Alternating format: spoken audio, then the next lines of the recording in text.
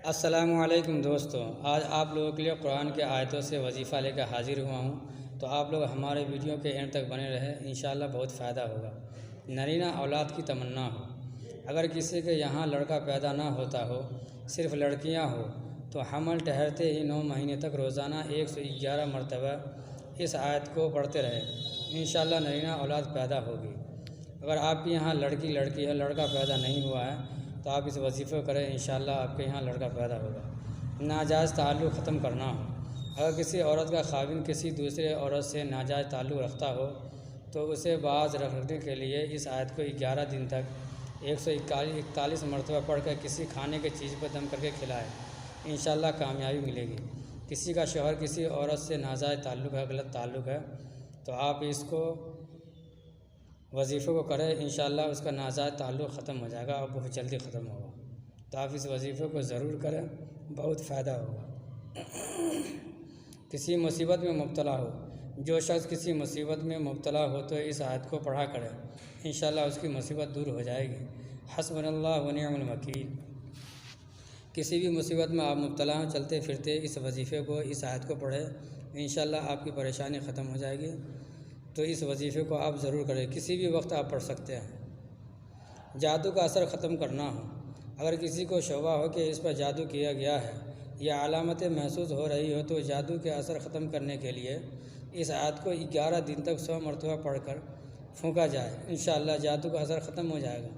अगर आपको शक शौबा हो कि उसके जादू किया गया है, दवा नहीं लग रही है, तो आप इस आयत को कुल्ना ला तफ़ इन्नका अंतल आला वल्के माफ़ी यमीन का तलक़ मा सनऊ इन्नमा सनऊ कैद शाहिर वला युफ़्लिहु साहिर रहता था। इस आयत को आप पढ़कर उसको फूकें, इंशाअल्लाह उसका जादू ख़त्म हो। भूख ना लगती हो।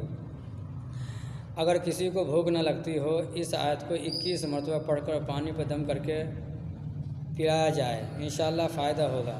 वलौला फ़ज़लुल्लाहि अलैकुम रहमतुहु व अन्नल्लाह तव्वाबुन हकीम। किसी को भूख ना लगती हो, तो आप इस आयत को 21 मरतबा पढ़कर पानी पर दम करके पिलाएं, इंशाअल्लाह उसको भूख लगेगी।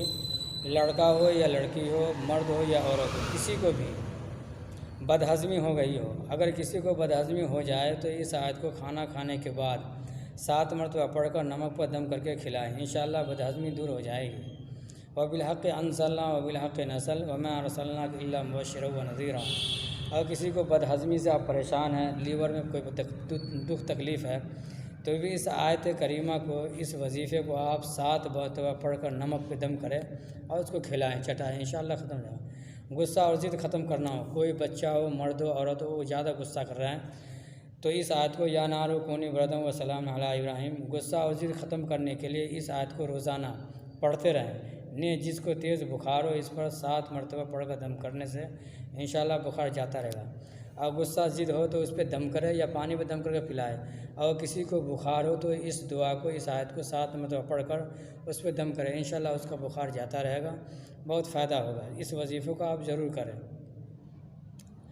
मोहब्बत में पागल करने का वजीफ़ा। वमा रब्बुका बिगाफिल अम्मा तामलून। और कोई औरत से, लड़का से आपको नाजायज़ इरादे से नहीं, गलत इरादे से नहीं, अगर आपको इखलास नीयत, शादी करने की नीयत है, उससे मोहब्बत हो गई है, तो आप उसको मोहब्बत में पागल करने का ये वजीफ़ा है। कुरानी आयत है, वमा रब्बुका बिगाफिल अम्मा तामलून।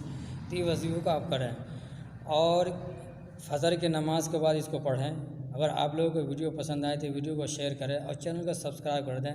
नेक्स्ट वीडियो के